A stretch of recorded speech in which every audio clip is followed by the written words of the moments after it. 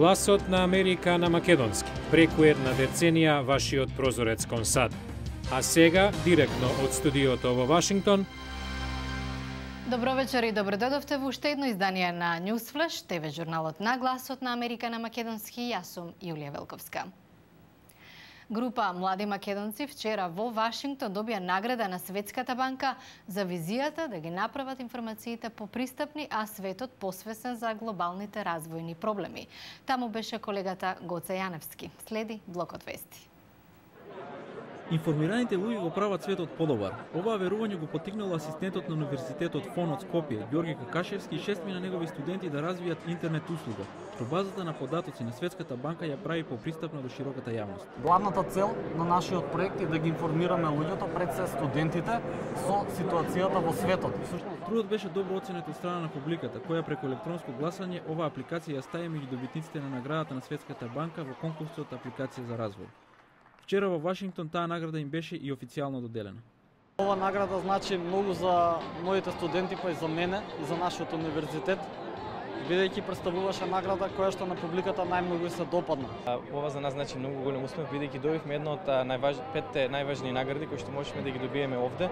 Игор Мешев е еден од членовите на тимот што работеле со него. А за значењето на глобалната достапност на информации на настанот зборуваше и директорот на Светската банка Роберт Зелик. Една од нашите цели е да ја направиме нашата база на податоци попристапна и повредна за истражувачите. Бевме заинтригирани што ќе се случи ако ги отвориме информациите за софтвер инженерите, рече Зелик. На овој прв конкурс на Светската банка за развој на дигитални апликации за поголема пристапност кон базата на податоци на институцијата, првата награда ја добија представниците на Австралија за апликацијата која статистички ги споредува податоците за развој.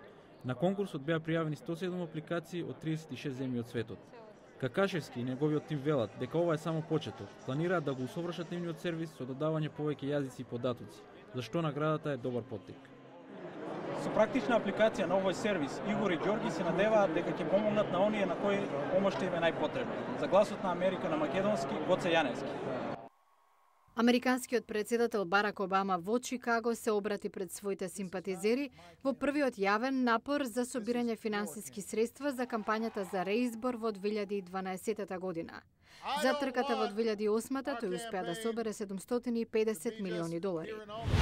Почина најстариот човек на светот, 114 годишниот американец Волтер Брунинг, кој живеел во сојузната држава Монтана, бил хоспитализиран од почетокот на април заради болест која не е обелоденета во јавноста. Во продолжение на Newsflash, на интернет луѓето се дружат, тргуваат и информираат, но за жал медиумот од друга страна го злоупотребуваат натрапници, кратци и терористи. Центарот Симон Визентал е во мисија да ги идентификува страниците, блоговите и мрежите за дружење што пропагираат говор на омраза. Еден месец пред експлозијата во Коптска црква за Нова година во Александрија, Египет, на интернет се појави кобно предупредување дека предстои напад. А напаѓачот во армиската база во Тексас во 2009 доби пофалба на интернет од муслиманскиот свештеник од американско потекло Анвар Ал-Аваки, кој најверојатно се крие во Јемен. Изјавата на Ал-Аваки повикува други да убиваат, вели рабинот Абрахам Купер, помошник декан во центарот Симон Визентал од Њујорк. Ја оправдува омразата и воодушевено вели, знаете што треба да сторите. Радикалите во интернет гледаат посебна можност за промоција на климата на омраза, коментира Купер. Рик Итон од истражувачкиот центар Визентал во Лос Анџелес покажува некои од 14.000 интернет страници од сите континенти и секаква расна предрасуда и етнички анимозитет.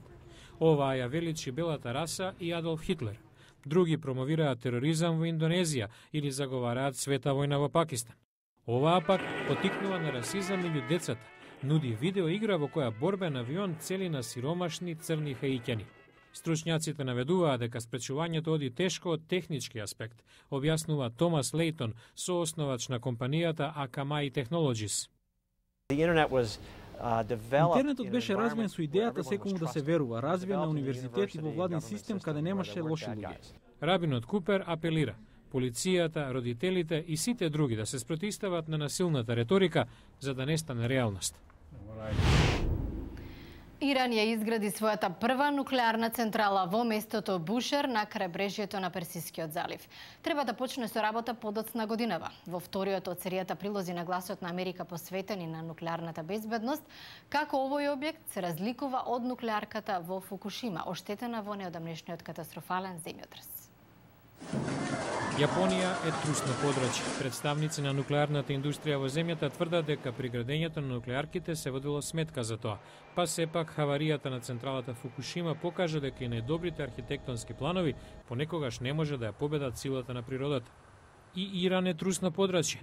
Во многобројните земјотреси животот ги имаат загубено десетици илјади. Сега, кога првата иранска нуклеарка Бушер наскоро треба да почне со работа, се поставува прашањето колку е таа отпорна на земјотреси. Професорот по инженеринг Мухамед Сахими од Универзитетот Јужна Калифорнија смета дека изборот на локацијата говори дека се внимавало на тоа. Иранската организација за атомска енергија направи обемни истражувања за безбедноста на нуклеарниот реактор од земјотрес. Нема активна тектонска плоча на местото каде е изградена централата Бушер. Иранскиот реактор, според современ руски дизајн, е целосно заграден со масивни бетонски и челични оклопи, за разлика од оној во Чернобил. Оклопот е повеќе слоен за да спречи ширење на радијацијата во случај на катастрофа. Воедно може да издржи евентуална експлозија. Нуклеарката Фукушима има сличен дизајн со неколку слоеви, но експертите стравуваат дека еден од оклопите попуштил, поради што и се појави радијацијата во атмосферата. Во наредниот дел од серијата, каква обука е потребна за персоналот на една нуклеарка? А за понеделник приоритети на функционирање на иранската нуклеарка Бушер. Се очекува да функционира под меѓународен надзор. За предизвиците на нуклеарната безбедност гледате во понеделник во Newsflash. Во понеделник, обуката за функционирање на нуклеарката Бушер е во тек. Светот прави се за гаранција за незината безбедност. Гледате во наредниот Newsflash.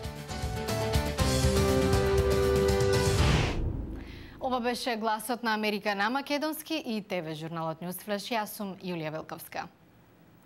Ве покануваме да продолжите да не следите на нашата веб страница glasnaamerika.com, а од Вашингтон ви посакуваме пријатна вечер. Уживајте во викендот и гледајте неповторно понеделник.